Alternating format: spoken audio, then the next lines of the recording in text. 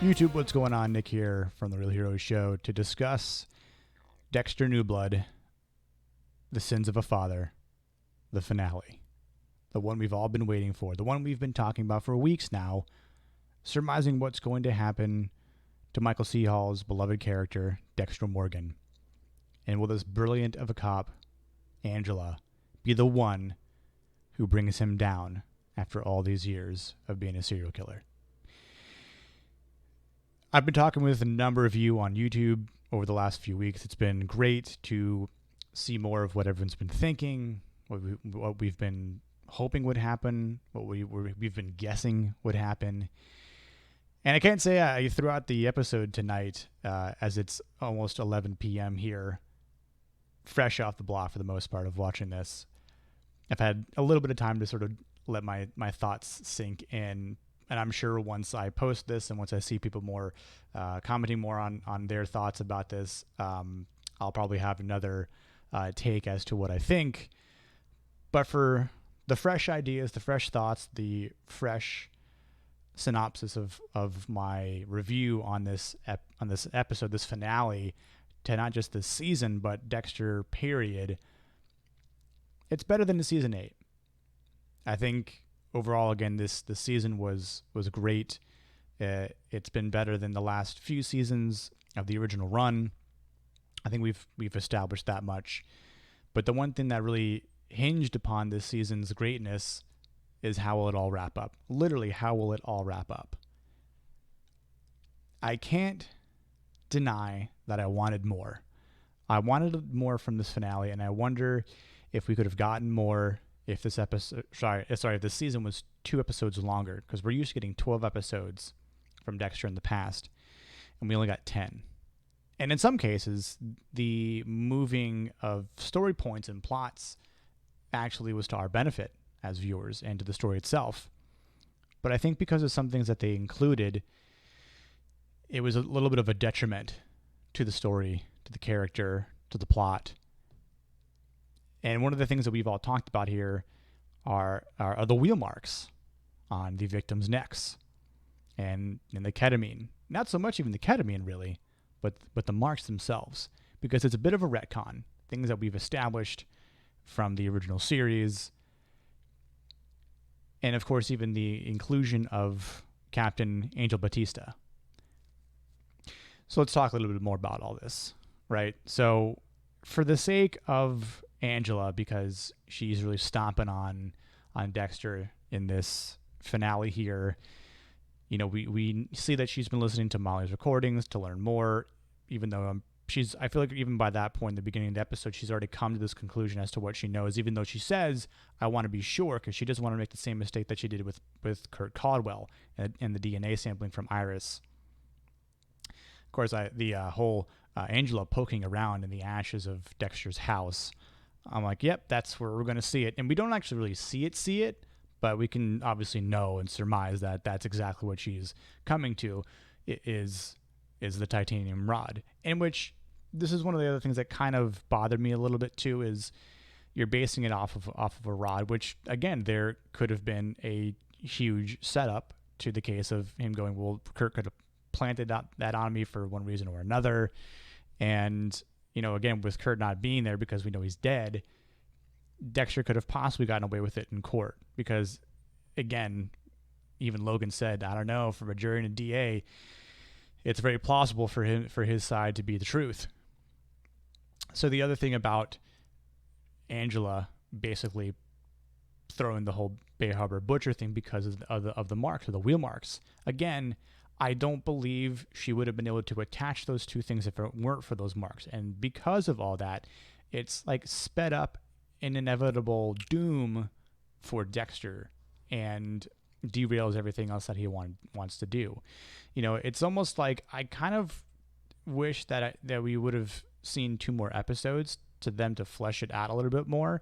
It's almost like, what's the point of really calling Batista in this episode to say, like, oh yeah, he's alive, because he never goes up there. Like, I was almost expecting Batista to come up to confront Dexter and to really hash this out more, to really build up the tension and the anxiety for the episode and for the show. not to just be like, oh, I'm going to call him and send you an email of a picture that was taken a month ago, and he's alive after all these years, and he's got this giant file with, his previous captain, Maria LaGuerta, on there, on the name. It's a thick ass file, right? And we don't. That's all we see of it. That's almost the entire thing was pointless in my opinion. Or if you're going to include that, then include it. We didn't get any behind the scenes, or we didn't get like a cut scene, a deleted scene, nothing along those lines. So, for the sake of what's coming, well, I don't know. I just didn't see a point for them to include it in the first place. It was almost like, hey, by the way, remember that guy that I told you about?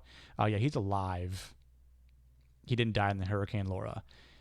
So, that kind of disappointed me a little bit. I wanted to see Batista come face to face with Dexter. There could have been some really great tension there.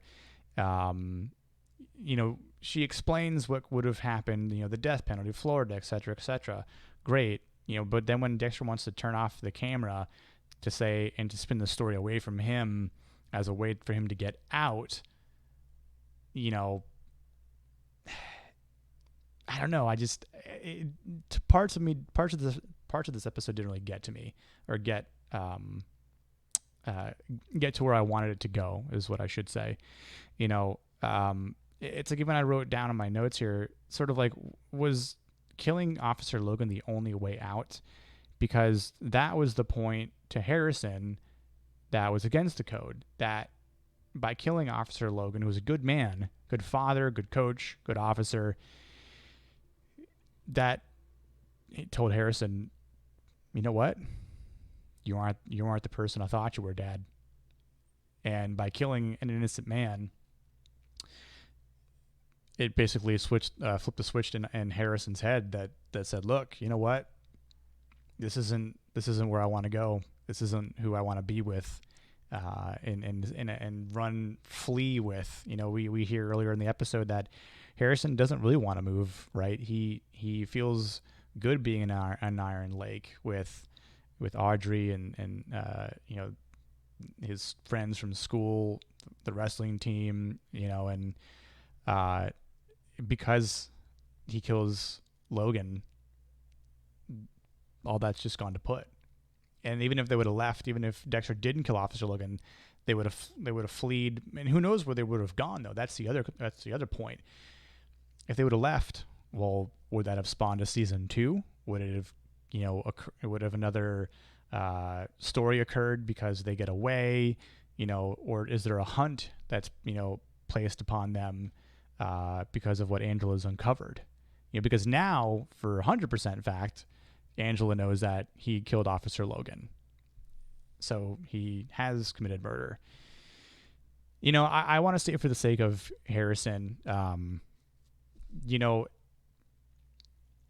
not going to say he did the right thing, but in the case of Dexter going to Miami, or falling under the law of Batista in Florida,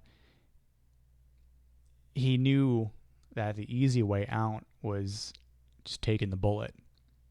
And, of course, that interesting moment where he says, I've never felt love, true love, real love until now. And in a way, I think there's this poetic justice here. But in some cases, it's like that note that he reads, or that Michael C. Hall reads at the end, that he wrote to Hannah, which was,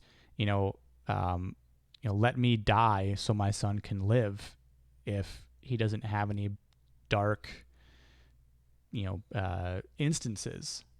And up until that point that we know, he hasn't. Even though he had, we've seen Harrison say that he gets these feelings of hurting people, but we don't really know what he's done in his past. So, and even though Hannah had passed away from cancer, again, there's still this gray area of what he did or what he didn't do, even though he still feels compelled after Hannah passes away to find his father. And at that point, Hannah's not there to really stop him, or to sway him from seeing his father, or to finding out whether he's alive or dead. So, and even we see another scene where Dexter is seeing the white elk. Harrison was there, so we know a little bit extra that Harrison was there basically from the start. Even though we saw him in the first episode, or which turned out to be him in the first episode, I should say. But I want to say for Jack Alcott, the actor who plays Harrison, I think he did a good job. I think everyone in this season, did a great job in their characters. Especially our antagonist, Clancy.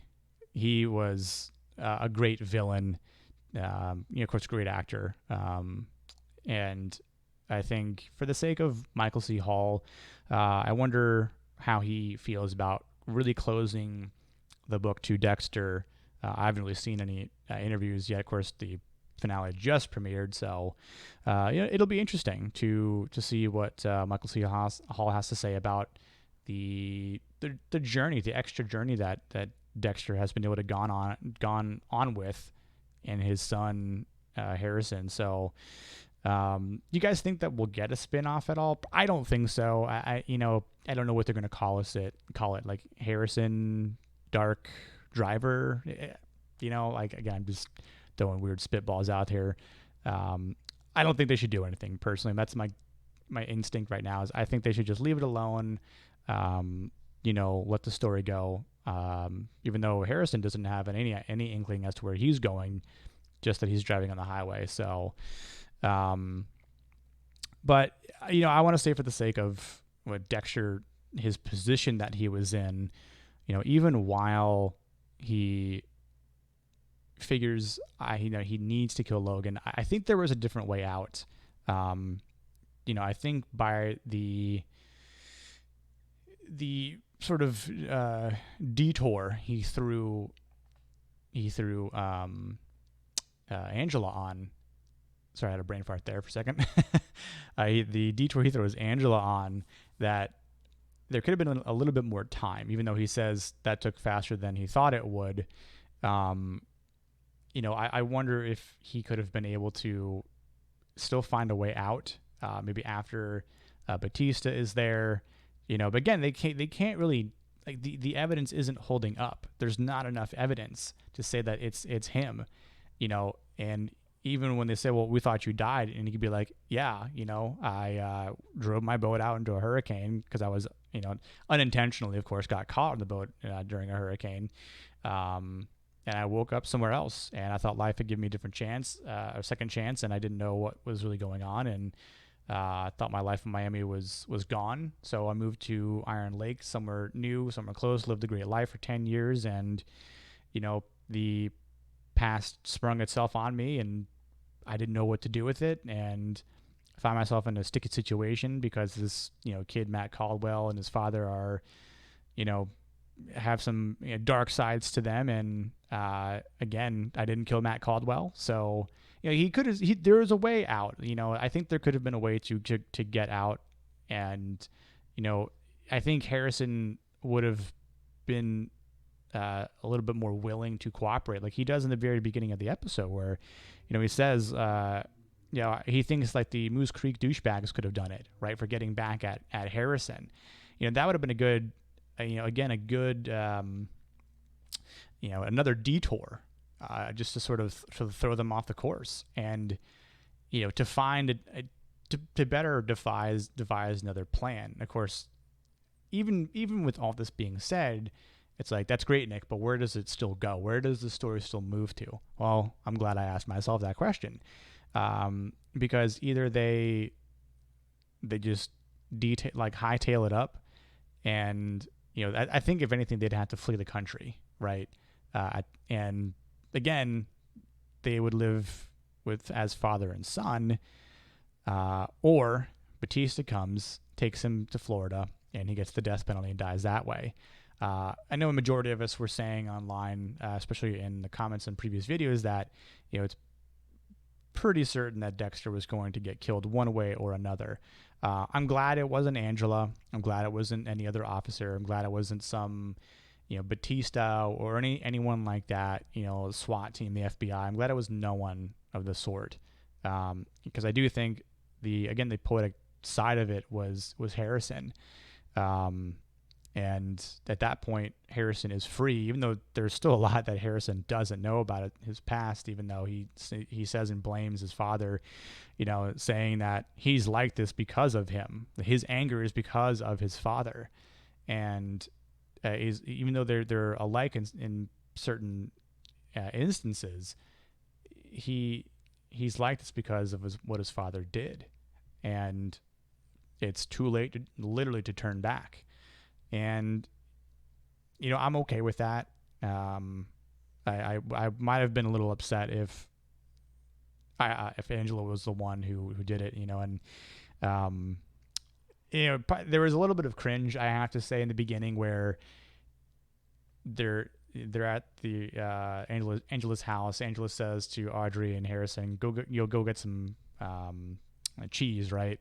And she just says, shut the fuck up, and pulls a gun at him. And I'm like, here we go. Like, all right, let's see how she pulls the evidence out, and listen, you couldn't have guessed, and he couldn't have guessed that Kurt would have burnt down his house.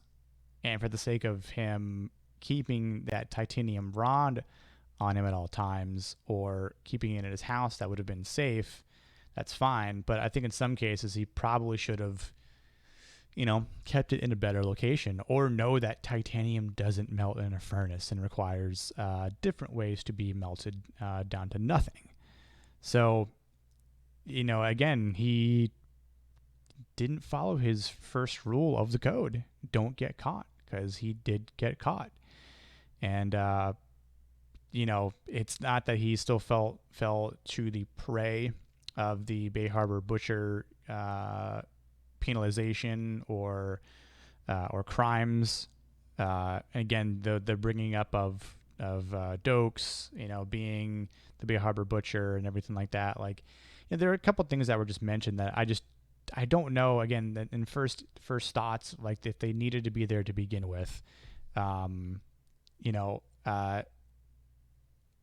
do like the flashbacks that we see right at the end, though. We see, Agent Lundy, we see Deb, we see LaGuerta, we see Dokes, we see Rita, Deb, we see all the people from the past in the original series, which was a nice touch, and of course they all look a lot younger because of the old footage, but I thought that was a nice touch, because it's sort of like an homage to some of the main characters that we know and enjoyed from this IP. And I also liked the part where Angela gets to the lair, and I thought she would have done a little bit more poking around inside, but we all know that she just, we wanted her to get to the good part, and that's all the bodies there. And and I tried to count. Of course, she says like there's somewhere over 30 bodies there, and calls all the reinforcements in, and it's crazy. And again, I really like this part because she knows all the faces and all the names, and it's kind of going to her board and flashing back and forth, and and you can kind of see just the fright and the horror in her face and her eyes and her her expressions. And then finally when she sees Molly, and that's like the last one, and crazy, but at the same time it just kind of goes to show that she was right all along, and she didn't really get to pin the Bay Harbor Butcher or even Matt Caldwell's murder on Dexter, and she won't be able to pin this on Kurt, even though she was informed that Kurt has hightailed it out of Iron Lake. She won't be able to pin that on him either because he's dead, and she will have another trail that's gone cold. But to her hope, she'll only know that those killings won't happen anymore in Iron Lake because Dexter did save some lives, future lives, in that small city, that small town of 2,700 plus people. So Again, I wanted a little bit more from this episode, but I think I'm pretty satisfied as to what we got. Again, the whole wheel mark thing, just been saying it for a couple episodes now. Not really a huge fan of it. And I wonder if there was a different way to go about it, a different approach. But it is what it is. It's not my show to write. It's not our show to write. It's just our show to watch and enjoy, critique, review, etc. So I'm really curious to see what everyone out there thinks of this episode. It's gonna be really tough to kind of rate this episode by itself and the show, but I'm going to give it a shot here. I think as a season, I'm gonna give this like a maybe I'm gonna give it like an 8.5 overall. Overall, give it an 8.5. For this episode, I might give it like an 8 at the most. I think somewhere between it's like a 7.5 and 8. Like, that 75 percentile to 80 percentile, I think is good with me. I don't think it was like a 9 or a 10. Like, oh my God, like completely mind blowing. Like, again, some of the stuff didn't need to be in it. I think some stuff did need to be in it. I'm sure some of you will agree and some of you might disagree, and that's totally fine. But again, I'm just really looking forward. If there's one thing I am looking forward to, it's what everyone else has to say about this. The people that have been commenting on my videos on this. I've really enjoyed just seeing a lot of people's perspectives and things that they've chiming in on, things that I might have missed. And I'm sure there might be something I'm missing here, since this ended. I had to grab a drink and think about it, and kind of jot down some thoughts and then record this video here. So let me know what your comments are in the section below. Sad that it's over, but it's been a fun ride. It's been great to do this and just review this season. If there are any other shows out there that anyone is interested in, anything else that's new and coming out on any like streaming platform, especially like on Showtime, I am really looking forward to season 6 of Billions. So if you watch that show, be sure to tune in here. I will be going over that season and that show. Again, if there's anything else out there, I just binge watched season 1 and 2 of Servant that is on Apple TV Plus, since that season 3 is coming out soon. So what a show that is. And if there's anything else out there, please throw that in the comments. I might be watching that in the future anyways, like The Boys season 3 coming out in June. And it's basically a prelude as to how I got the name for this channel. I really appreciate the support, the comments, all the subs, all the follows, and look forward to doing a lot more in the future. So with that all being said, I hope everyone has a great week, and salute.